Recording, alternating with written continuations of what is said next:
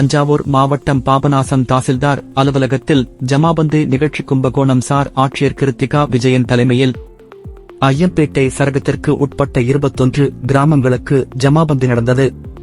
இதில் பொதுமக்களிடமிருந்து 110 கோரிக்கை மனுக்கள் பெறப்பட்டது.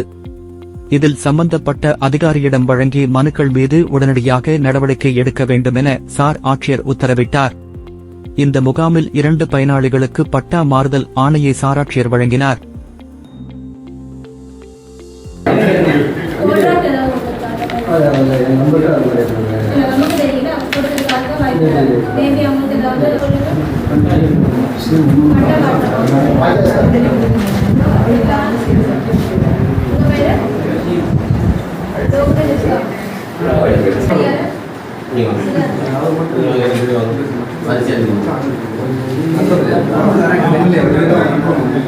Gracias.